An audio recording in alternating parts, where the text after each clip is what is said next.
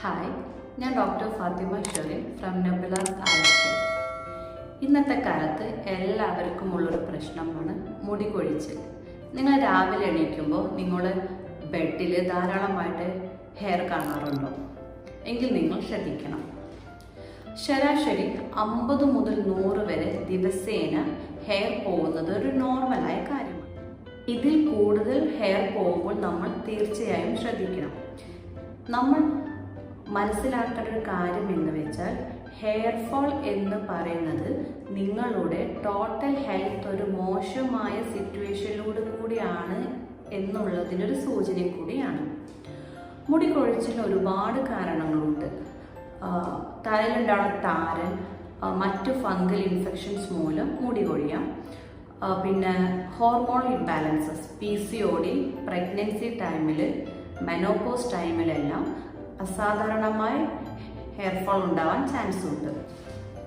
Thyroid, vitamin D deficiency, HBന്റെ കുറവ്, പിന്നെ അതുപോലെ തന്നെ പല nutrient deficiency like biotin, zinc, selenium എന്നിങ്ങനത്തെ ഡെഫിഷ്യൻസി കാരണം മുടി കൊഴിച്ചിലുണ്ടാവാം. ചിലവർക്ക് പാരമ്പര്യമായിട്ടും ഹെയർ ഫോൾ കാണാറുണ്ട്. പുരുഷന്മാരിലാണെങ്കിൽ ആദ്യം നെറ്റി കയറിയിട്ട് പിന്നെ മൂർധാവിൽ നിന്ന് ഹെയർ പോയിക്കൊണ്ടിരിക്കുന്നൊരു പാറ്റേൺ ആണ് കണ്ടുവരാറുള്ളത്. സ്ത്രീകളാണെങ്കിൽ ടോട്ടലായിട്ട് ഹെയർ പോകുന്നൊരു സിറ്റുവേഷനാണ് കണ്ടുവരാറുള്ളത്. വേറൊരു കണ്ടീഷനുണ്ട്, നമ്മളതിനെ ടെലൂജിൻ എഫ്ലൂവിയം എന്ന് പറയും.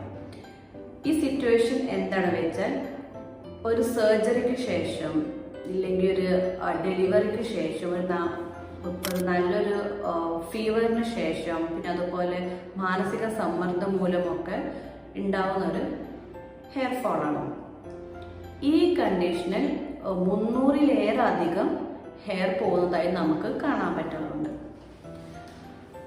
ഇപ്പോൾ നമ്മുടെ മാർക്കറ്റിൽ ഒരുപാട് ഹെയർ ഫോൾ ഓയിൽസ് അവൈലബിൾ ആണ്. ഇത് മാത്രം തേച്ചുകൊണ്ട് ഒരിക്കലും നമ്മുടെ ഹെയർ ഫോളിനൊരു പരിഹാരമാവില്ല. അതിനു വേണ്ടി നമ്മൾ ഫസ്റ്റ് എന്താണ് അതിൻ്റെ റൂട്ട് കോസ് എന്ന് കണ്ടുപിടിക്കുകയും ബ്ലഡ് ടെസ്റ്റുകൾ ഭയങ്കര ഇമ്പോർട്ടൻ്റ് കാര്യമാണ്. വിറ്റാമിൻ D, ഫെറിറ്റിൻ, കാൽഷ്യം എന്നിങ്ങനെയുള്ള ബ്ലഡ് ടെസ്റ്റുകൾ ചെയ്തിട്ട് നമ്മൾ ഹെയർ ഫോളിൻ്റെ റൂട്ട് കോസ് കണ്ടുപിടിച്ചതിന് ശേഷം മാത്രമാണ് നമ്മൾ ട്രീറ്റ്മെൻറ്റ് എടുക്കേണ്ടത്. നമുക്കിനി നമ്മൾ ഡയറ്റിൽ എന്തൊക്കെ ഉൾപ്പെടുത്താൻ പറ്റും നോക്കാം. നമുക്ക് ഡെയിലി ഒരു 2-3 നെല്ലിക്ക നമ്മൾ ഡയറ്റിൽ ഉൾപ്പെടുന്നത് നന്നായിരിക്കും. പിന്നെ അതുപോലെ ബ്ലഡ് കുറവുള്ളവർക്ക് രാഗി, ഡേറ്റ്സ് എന്നിവയും നന്നായിരിക്കും. പിന്നെ അതുപോലെ തന്നെ വിറ്റാമിൻ A ഉള്ള ഫ്രൂട്ട്സ്, മാംഗോ, പപ്പായ എന്നീ ഫ്രൂട്ട്സൊക്കെ നല്ലതാണ്. വേറെ കാര്യം നമ്മൾ ശ്രദ്ധിക്കുന്നത്, നമ്മുടെ ഹെയർ നമ്മൾ ഒരിക്കലും ഹീറ്റ് ചെയ്യരുത്. ഇപ്പോൾ ഹീറ്റ് പോലത്തെ കുറേ ട്രീറ്റ്മെൻറ്റ്സ് ചെയ്യുന്നുണ്ട്. അപ്പോൾ ഹീറ്റ് ട്രീറ്റ്മെൻറ്റ് ചെയ്യുമ്പോൾ എന്താ സംഭവിക്കുന്നത് വെച്ചാൽ നമ്മുടെ ഹെയറിൻ്റെ കെരാറ്റിൻ ബോണ്ടേജ് ബ്രേക്ക് ആവും. അപ്പോൾ ഹെയർ പെട്ടെന്ന് പൊട്ടിപ്പോവാനുള്ള ചാൻസ് വളരെ കൂടുതലാണ്.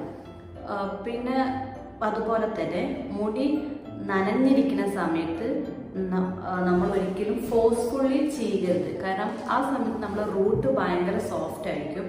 അപ്പോൾ നമ്മൾ ഫോഴ്സ്ഫുള്ളി ചെയ്യുകയൊക്കെ ചെയ്യുമ്പോൾ പെട്ടെന്ന് മുടി പൊട്ടിപ്പോരാനുള്ള ചാൻസും ഉണ്ട്. പിന്നെ അതുപോലെ തന്നെ ഇപ്പോൾ എല്ലാവരും പെട്ടെന്ന് വെയിറ്റ് റെഡ്യൂസ് ചെയ്യാൻ നോക്കുന്നവരാണ്. അപ്പോൾ പെട്ടെന്നൊരു സ്ട്രിക്റ്റ് ഡയറ്റ് വരുമ്പോൾ നമ്മൾ ശരീരത്തിന് വേണ്ടിയുള്ള പോഷകാഹാരങ്ങൾ എത്തുന്നില്ല ശരിക്കും. അപ്പോൾ ആ കാരണം കൊണ്ടും ഹെയർ ഫോളും പിന്നെ വേറെ പല പ്രോബ്ലംസും ഉണ്ടാവാറുണ്ട് ശരീരത്തിൽ. അപ്പോൾ ഈ പറഞ്ഞ കാര്യങ്ങളെല്ലാം ശ്രദ്ധിക്കുകയും ഹെയർ ഫോളിന് ഞാൻ വീണ്ടും പറയുന്നു, ഏതെങ്കിലും ഒരു ഹെയർ ഓയിൽ തേച്ചുകൊണ്ട് മാത്രം നമുക്ക് ഹെയർ ഫോൾ കൺട്രോൾ ചെയ്യാൻ പറ്റുന്നതല്ല. എന്താണ് അതിൻ്റെ റൂട്ട് കോസ് എന്ന് മനസ്സിലാക്കിയിട്ട് ചികിത്സ തേടിയിട്ട് നമുക്ക് അതിനൊരു ശാശ്വത പരിഹാരം ഉണ്ടാവുകയുള്ളൂ.